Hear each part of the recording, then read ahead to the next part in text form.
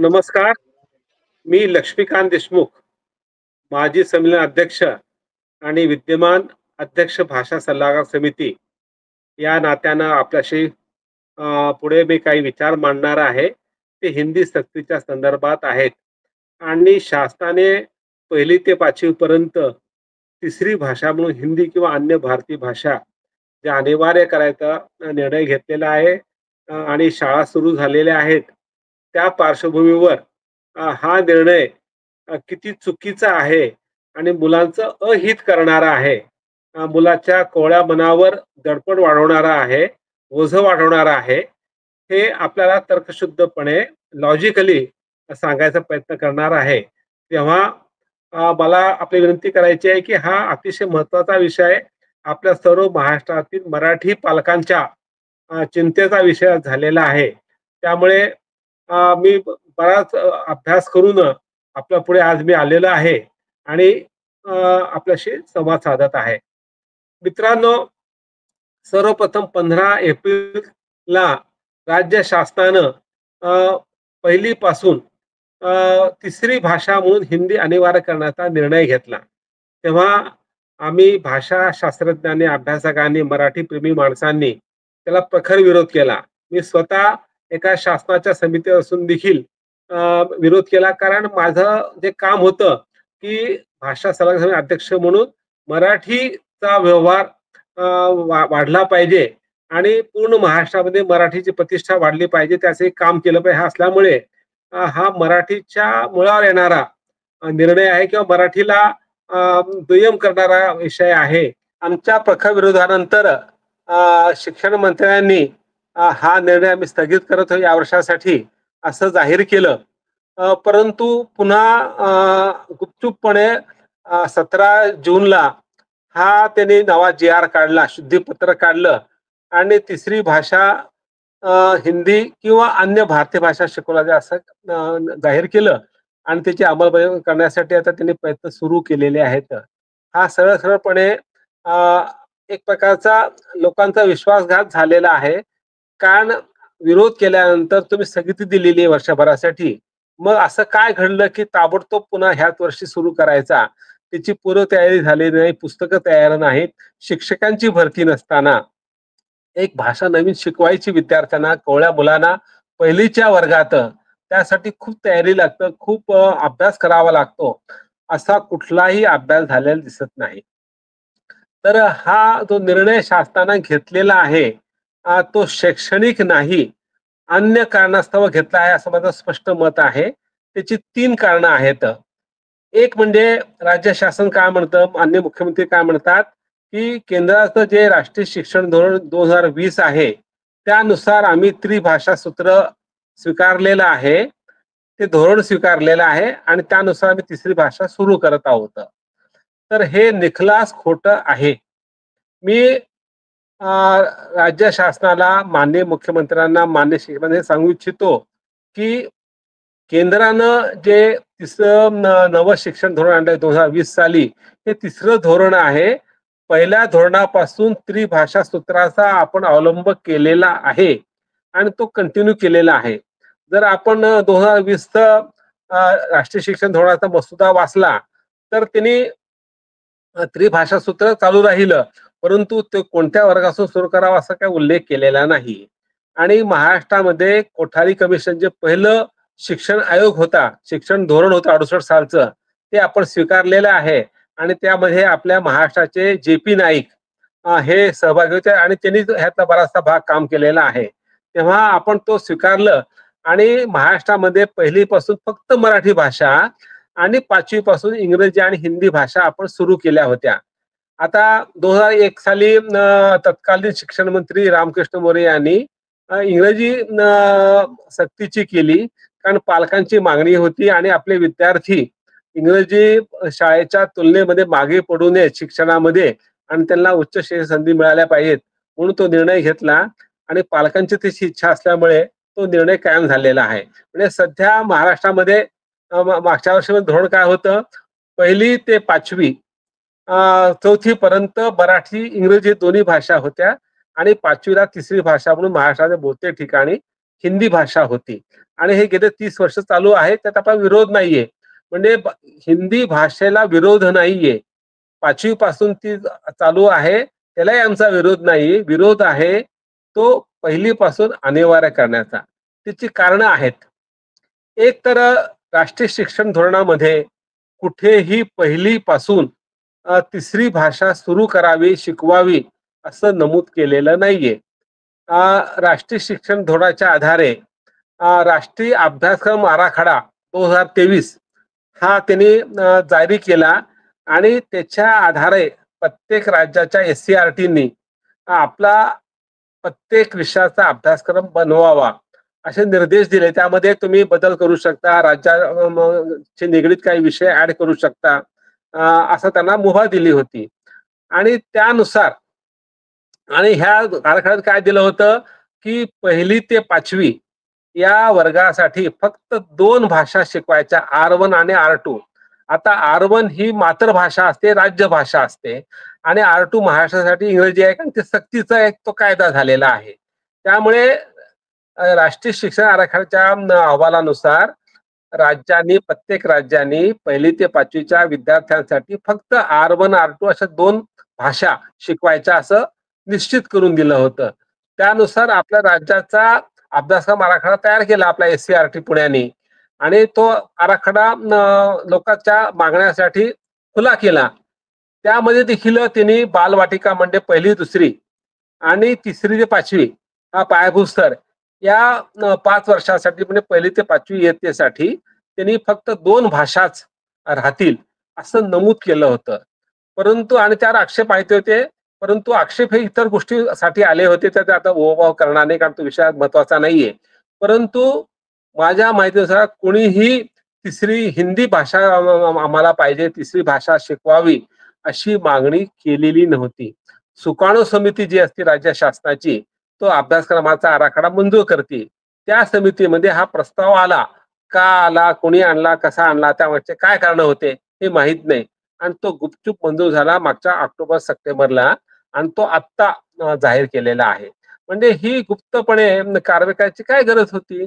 तुमचा जर हेतू शुद्ध असेल आणि तुमच्यासाठी सबळ कारण असेल, तुम्ही आम्हाला सांगू शकता ना. तर ते सांगितले गेलेले नाहीत. हा पहिला आक्षेप आहे. तरी कारण काय त्या GR मध्ये समानीकरण म्हणजे आता इंग्रजी माध्यमाच्या किंवा अन्य भाषेच्या भाषाच्या माध्यम शाळेमध्ये आपण मराठी सक्तीची केलेली आहे. त्यामुळे ह्या मराठी आणि इंग्रजी माध्यम शाळेमध्ये 3-3 भाषा शिकवल्या जातात. इतर ठिकाणी आपला जो बोर्ड आहे महाराष्ट्राचं SSC बोर्ड त्यामध्ये फक्त 2च भाषा का? म्हणून आपण सामान्यीकरण करावं असं दिलं होतं. हे खुलासा ही धूळफेक आहे. कारण सक्तीची मराठी करण्याचा आपला स्वतःची मागणी होती. त्यासाठी आम्ही आंदोलन केलं होतं आणि महाराष्ट्रामध्ये आज जवळपास 33% 40% पर्यंत आता संख्या गेली असेल. 35% तर विद्यार्थी निश्चितपणे इंग्रजी माध्यमात शिकत आहेत, मराठी मुलं आणि त्यांना मराठी शिकवली जात नाही म्हणून त्यांची मराठीशी नाळ जुडली राहावी आणि मराठी भाषा आणि मराठी संस्कृतीशी त्यांचं नातं संपू नये म्हणून आपण ती मागणी केली. कारण शेवटी महाराष्ट्राचं अस्तित्व हे मराठी भाषिक राज्य म्हणून आहे. मराठी ही आपली अस्मिता आहे, आपली संस्कृती आहे. ती जर इंग्रजी माध्यम शाळेमध्ये शिकवली जात नसेल भाषा तर ती करणं आपली अपरिहार्य गरज होती म्हणून आपण ते केलेलं आहे. तर त्यामुळे हा त्यांचा खुलासा बरोबर नाहीये. दुसरं म्हणजे CBSE बोर्डाच्या ज्या इंग्रजी शाळा आहेत त्यांनी एक सर्क्युलर काढलंय आणि राष्ट्रीय शिक्षण धोरण अनुसरून आपण 1ली 2री मध्ये जे विद्यार्थी शिकत आहेत ते त्यांची मातृभाषा काय, घरची भाषा काय त्याचं मॅपिंग करून आम्हाला कळवावं म्हणजे आपल्याला त्याप्रमाणे शिकवता येईल. म्हणजे जिथं इंग्रजी माध्यमाच्या शाळा जिथं इंग्रजी आणि हिंदी पहिले सुरू होतं त्या ठिकाणी ती मराठी किंवा राज्यभाषा शिकवायसाठी विचार करत असताना हा निर्णय करणं चुकीचा आहे. त्यामागे कुठलंही त्याला कारण दिलं दिसत नाहीये. त्यामुळे शैक्षणिक धोरणाच्या आधारे मी करत आहोत असं जर म्हणत असतील राज्य शासन धूळफेक करत आहे. त्यामुळे हे मान्य नाही. आता हा झाला म्हणजे शैक्षणिक धोरणाच्या नुसार आमचा विरोध आहे. दुसरा जो विरोध आहे तो म्हणजे मानसाचा विचार केला गेला नाही. त्यामध्ये कोवळ्या वयामध्ये असं म्हणत की अनेक भाषा शिकू शकतात परंतु ती भाषा परिसरात बोलली गेली असली पाहिजे. छोटं मूल घरी मराठी का बोलतं? का आई-वडील घरचे माणसं बोलत असतात. माणूस तर इतरांचं ऐकून भाषा शिकत असतो. तर आपल्या परिसरामध्ये इंग्रजी नसेल, हिंदी नसेल, घरी हिंदी नसेल. मला वाटतं ते कुठल्या मराठी घरामध्ये हिंदी बोलली जात असेल, तर तो हिंदी पिकअप करू शकणार नाही आणि त्याला अडचण येणार आहे. म्हणून मला असा विचार केलेला नाहीये आणि आधीच मराठीची गुणवत्ता खालावलेली आहे. इंग्रजीची वर्णन करून इतकी वाईट झालेली आहे. तर या 2 शाळेची गुणवत्ता आपण सुधारत नाहीत आणि पुन्हा तिसरी भाषा करायची, याला काही अर्थ नाही. तिसरा जो आमचा विरोधाचा मुद्दा आहे, की आज महाराष्ट्रामध्ये हिंदी भाषिक लोकांचं अ, संख्या वाढत चाललेली आहे. महाराष्ट्रामध्ये 2011च्या जनगणनेनुसार फक्त 68% मराठी भाषिक होते. आता त्यांना 17 वर्ष झालेली आहेत, त्यामुळे त्याची संख्या भाषिक वाढू शकली असेल. मुंबईसारख्या शहरात तर ती 40% आपण नक्कीच पोहोचली असेल असं वाटतं. आणि हे हिंदी भाषिक लोकं महाराष्ट्रात येतात, रोजगार मिळवतात, पण मराठी शिकायचा कधीच प्रयत्न करत नाही. म्हणजे रोजगार आपण देणार, म्हणजे महाराष्ट्र सरकार देणार. महाराष्ट्र हा एम्प्लॉयर झाला. रोजगार देणारा झाला. त्याची भाषा मराठी आहे.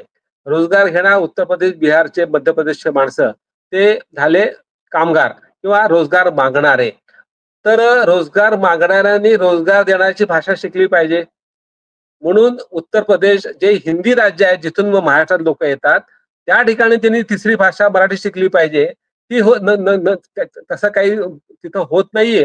तिथं महाराष्ट्र जो लोकांना रोजगार देतो, तो आपली भाषा सोडून त्यांची भाषामध्ये बोलायला लागतो. हे हा दुर्दैव विलास आहे आणि असं कुठल्याही राज्यात घडत नाही. याचं एकच कारण आहे, की आपल्या राज्यकर्त्यांचे मराठी भाषेबद्दलचं प्रेम अस्मिता हे कमी आहे. या 3 कारणास्तव आम्ही विरोध करत आहोत आणि आज आपल्याला गरज काय आहे, की मराठी भाषेची गुणवत्ता वाढली पाहिजे. मराठी शिक्षकाचं प्रमाण जे आहे, आज एस-एस-सी बोर्डामध्ये काही हजार माणसं विद्यार्थी मराठी नापास होत आहेत. ही किती चिंतेची गोष्ट आहे. महाराष्ट्रातील मराठी राज्यभाषा असताना, मातृभाषा असताना, मराठीमध्ये मुलं नापास होतात. त्याला 35% मार्क मिळत नाहीत. ह्याच्या आपण लक्ष देणार आहोत की नाही? इंग्रजीमध्ये जवळपास 30% 70% मुलांना धड इंग्रजी धडे वाचता येत नाहीत. म्हणजे महाराष्ट्रामध्ये मराठी इंग्रजी सक्तीची केली, पण तिथे आपण काही व्यवस्था केली नाहीये. हा झाला. त्यामुळे ह्या 2 भाषेची गुणवत्ता वाढवायचा हा खरा प्रश्न आहे. मग हिंदीचा विचार करू शकतो. पण तो विचार न करता आणलेली आहे. तिसरी गोष्ट म्हणजे महाराष्ट्रामध्ये आज शैक्षणिक संख्या अत्यंत कमी आहे. आज जवळपास 10,000 पेक्षा जास्त शाळा हा एक शिक्षकीय आहेत आणि जवळपास 20,000 शाळा ह्यामध्ये पटसंख्या फक्त 20-22 असताना संख्या 1 किंवा 2 शिक्षक आहेत. म्हणजे एक शिक्षक आज पहिलीला मराठी शिकवतो, इंग्रजी शिकवतो, गणित शिकवतो. तो तिसरीला मग इतर विषय पण शिकवू लागतो, एकच शिक्षक असेल तर. एका शिक्षकाने जर 3-3 भाषा शिकवायचं ठरवलं, तर त्याची तेवढी कपॅसिटी आहे का? तेवढी गुणवत्ता आहे का? तो 3 भाषेला न्याय देऊ शकेल का? असे अनेक प्रश्न आहेत. ह्याचा कुणीही विचार केला नाहीये. तर आणि तुम्ही नवीन शिक्षक भरती करणार आहात का? नाही. जे उपलब्ध शिक्षक आहेत, त्यांच्याकडून आम्ही शिकून घेऊ. म्हणजे तुमच्याकडे समजा एखादा चित्रकला शिक्षक आहे, एका पीटीचा शाळेत शिक्षण असं आहे, त्याला तुम्ही हे काम देणार आहात का? तर हे सगळा अनागोंदी कारभार आहे आणि असं लहरीप्रमाणे शिक्षणात धोरण बदल करणं, हे मुलावर अन्याय करणार आहे. कोवळ्या मुलाचा विचार करताना ह्या ठिकाणी खूप विचार केला पाहिजे, पूर्वतयारी केली पाहिजे, की महिन्याभरामध्ये निर्णय घेता महिनाभर लागू केला शिक्षणामध्ये, तर हे असं होत नाही. इतर ठिकाणी ठीक आहे जलद गती. पण शिक्षण एकदा तुम्ही एखादं नवीन धोरण स्वीकारलं, ते अनेक पिढ्याला प्रभावित करत असतं.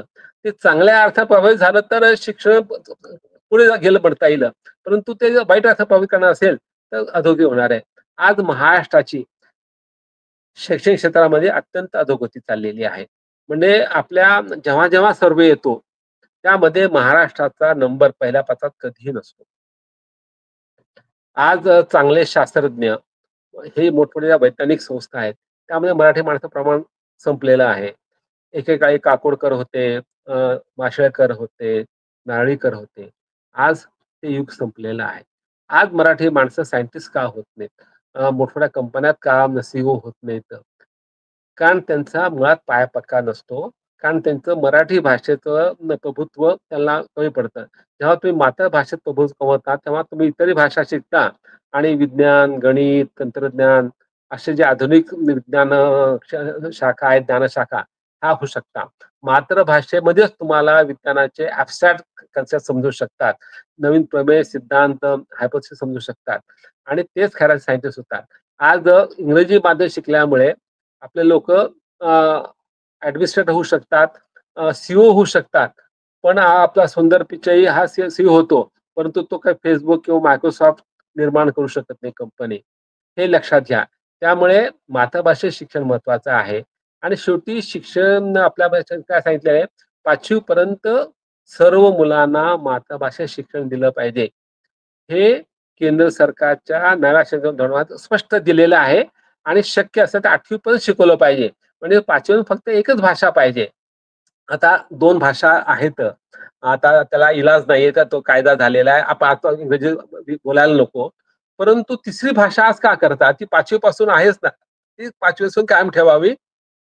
त्याला कोणाला विरोध नाही. हिंदी भाषेला विरोधी हिंदी भाषा अतिशय चांगली भाषा आहे.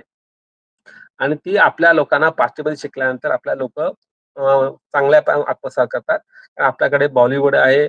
इथं हिंदी भाषिक लोकं खूप आहेत आणि आपण उदारपणाने त्यांचं हिंदी बोलतो, हिंदी पिकअप करतो. त्यामुळे पहिलीपासून हिंदी शिकल्यामुळे आपण गुणवान होतो किंवा आपल्या करिअरची संधी मिळेल असं काही नाही. कारण हिंदी आजही ज्ञानभाषा, रोजगाराची भाषा नाहीये. मराठी पण नाहीये. ती मराठी या प्रकारचा प्रयत्न करतो मराठी भाषा धोरणामध्ये. इंग्रजी निर्विवादपणे आहे. तर मराठीला आपण रोजगारची ज्ञानाची भाषा करायचं का हिंदीला करायचं? तर हे बरोबर नाहीये. तर तेव्हा आपण जर हिंदी सुरू केली, तर मला भीती वाटते. जरा अतिशयोक्ती वाटेल, परंतु मला हे सांगू द्या, की असं जर झालं तर आणखीन 25 वर्षांनी महाराष्ट्र हे मराठी राज्य राहणार नाही. ते हिंदी भाषा राज्य होईल आणि हा धोका आपण पत्करणार आहोत का? तो का? कोणासाठी? ही किंमत एवढी जबर किंमत का द्यावी वाटते शासनाला आजच्या काळामध्ये? त्यामागचं काय धोरण आहे? काय राजकारण आहे? हे आम्हाला सांगायची गरज नाही. लोकांना कळतं. म्हणून मला राज्य शासनाला विनंती करायची, की आपण हा निर्णय ताबडतोब रद्द करावा. अन्यथा भाषा अभ्यासकांना, साहित्यिकांना, कलावंतांना रस्त्यावर उतरून आंदोलन करावं लागेल. त्याची आम्ही तयारी करत आहोत. परंतु आमच्यावरती पायरू नका. आमचं काम आहे अभ्यास करणं, संशोधन करणं, लेखन करणं ते आम्हाला करू द्या. आम्ही काही पक्षाचा पक्षी माणसं नाहीत. आम्ही मराठी भाषाप्रेमी मुळात आहोत.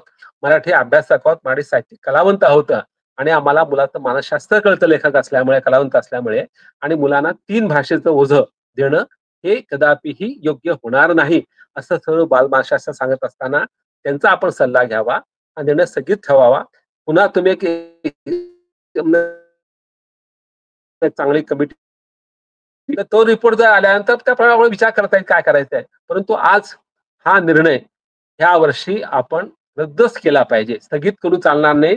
एकदा तुम्ही तोंडी स्थगित सांगितलं, परंतु तुम्ही तसं ते पालन केलं नाही. राज्य शासन बोलल्यानंतर मंत्री ते निर्णय असतो. परंतु दुर्दैवानं आपले शिक्षण मंत्री बोलून देखील हा निर्णय स्थगिती झाली नाहीये. उलट ते बदल करून परत आणायचा प्रयत्न केलाय. हे अत्यंत चुकीचं आहे. लोकशाहीमध्ये जे संकेत असतात, तेव्हा विभागाचा मंत्री बोलतो, तो अंतिम आदेश असतो. त्याला कुठेतरी आपण हरताळ फासलेला आहे. ते बरोबर नाहीये.